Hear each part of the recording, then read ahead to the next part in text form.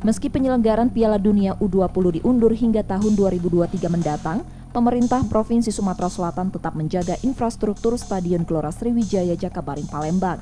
Agar kondisi GSC tetap terjaga, saat ini masih ditutup untuk umum dan bebas dari kegiatan olahraga. Untuk meyakinkan FIFA dan PSSI, Pemprov Sumsel selalu melaporkan perkembangan kondisi Stadion GSC Palembang, termasuk kesiapan sport tourism dan sport industri. Nah, lebih dari itu, di samping sport venue-nya, juga sport tourism-nya dan sport industrinya. Nah, secara langsung memang nanti ini bergulir terus, namun pada prinsipnya Sumatera Selatan siap untuk melaksanakan FIFA Under 20 2023 nanti. Rencananya Piala Dunia U20 nanti akan digelar April atau Mei 2023 mendatang.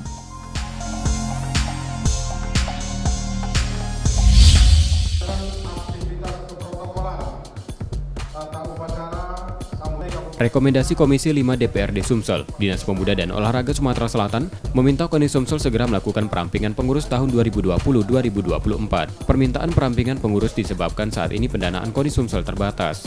Perampingan pengurus untuk mengefektifkan pembinaan dan persiapan kontingen Sumsel di PON Papua 2021. KONI Sumsel mengaku mengakomodir hal tersebut, namun mereka tetap menyampaikan beberapa pandangan terkait banyaknya pengurus pada saat ini.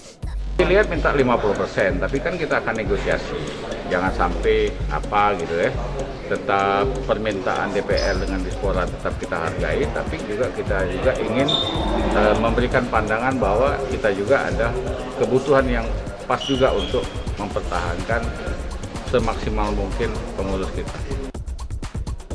Ada 160 pengurus serta 60 satgas dalam pengurus KONI Sumsel periode 2020-2024.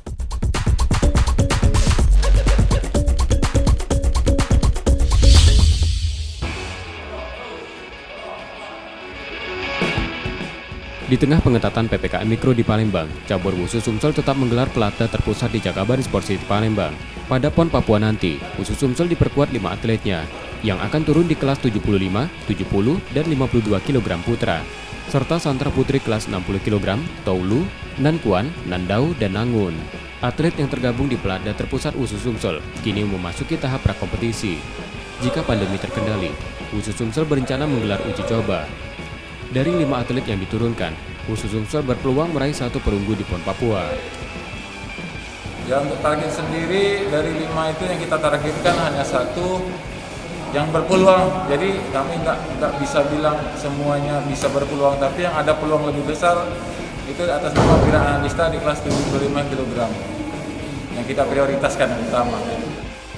Saya berharap karena di PON ini saya baru mengikuti PON pertama kali, saya berharap saya bisa setidaknya saya membawa pulang. Selain bermodal kemampuan, atlet wushu Sumsel tampil percaya diri karena sebelumnya sudah menjalani proses vaksinasi.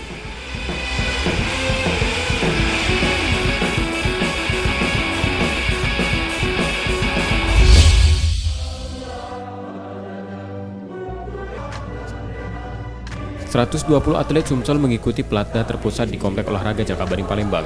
Mereka menjalani latihan intensif selama 3 bulan sebelum PON Papua Oktober nanti.